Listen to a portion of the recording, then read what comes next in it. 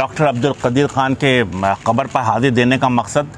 Doctor Abdul Qadeer Khan صاحب کو زبردست خراج عقیدت پیش کرنا تھا۔ میں سمجھتا ہوں کہ محسن پاکستان جن کی کوششوں کاوشوں کی بدولت آج پوری پاکستانی قوم سر فخر سے بلند کر کے چل رہی ہے۔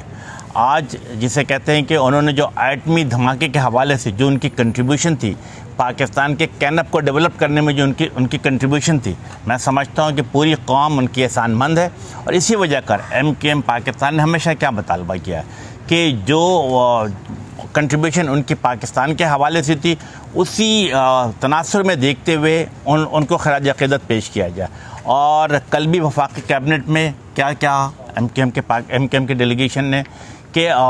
ہونا کیا چاہیے کہ ڈاکٹر عبدالقدیر خان کے نام سے پاکستان کی کسی شہر کو منسوب کیا جائے، یا جو اسلام آباد انٹرنیشنل ایئرپورٹ ہے ان کو بھی ڈاکٹر قدیر خان کے نام سے منسوب کیا جا سکتا۔ اور اگر یہ بھی ممکن نہیں ہے تو کوئی بھی سائنس اور ریسرچ کی جو بڑی عمارات ہے ان کو ان کے نام سے منسوب کیا جانا چاہیے۔ میں سمجھتا ہوں کہ یس، ہر جگہ پہ ان کے لیے آواز ہم بلند کرتے چلے آئیں گے، اور جو کنٹریبیوشن ان کی پاکستان کے حوالے سے تھی، پاکستان کے عوام کے حوالے سے تھی، اور بالخصوص سائنس اور ٹیکنالوجی میں جو ڈیولپمنٹ کے حوالے سے تھی، وہ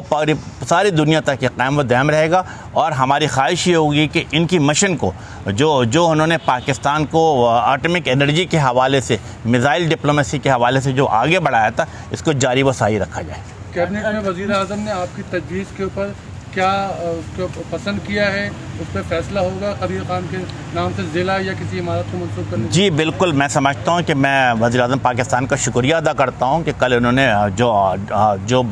جسے کہتے ہیں کہ جو ہم نے انہیں پروپوز کیا کہ ڈاکٹر عبدالقدیر خان کے حوالے سے، کہ بلڈنگوں کے حوالے سے، ایئرپورٹ کے نام منسوخ کرنے کے حوالے سے انہوں نے اس کو اپریشیٹ کیا، اور انہوں نے وعدہ کیا کہ بالکل ڈاکٹر عبدالقدیر خان کے حوالے سے کسی ایئرپورٹ کو، بلڈنگ کو یا کسی شہر کو ضرور منسوخ کیا جائے گا۔